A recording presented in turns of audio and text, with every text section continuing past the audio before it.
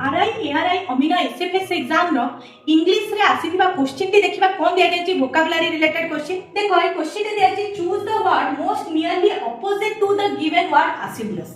तो assiduous means कोन hard working करबा। तो एसिडियस रा हमको पचरा दै छि अपोजिट वर्ड। तो देखो ऑप्शन कोन दिया छि डिलिजेंट, इंडोलेंट, कैजुअल, पैसिव।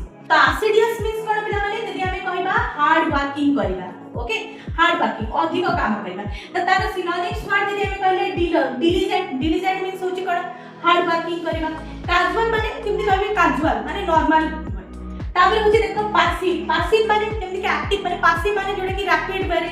तो जदी हमें कहबा इंडोलेंट मींस कोन इंडोलेंट माने होची जदी कहबा लेथार्जिक हे जिवा काम न करिबा इनएक्टिव हे जिवा ताले ऑप्शन नंबर बी होची करेक्ट आंसर। जदी एसिडियस होची हार्ड वर्किंग करबा काम न करिबा अलसुआ हे जिवा इंडोलेंट होची करेक्ट आंसर। तो ऑप्शन नंबर बी होची करेक्ट आंसर। ओके तो देखो जेतेबेले हमें क्वेश्चन सॉल्व करछि तीनटा तुमरा पचारुछि सिनोनिम्स वर्ड आणि गोटी होची एंटोनिम्स वर्ड। तो हमें इजीली भी फाइंड आउट कर दबा जदी वर्ड्स जानि।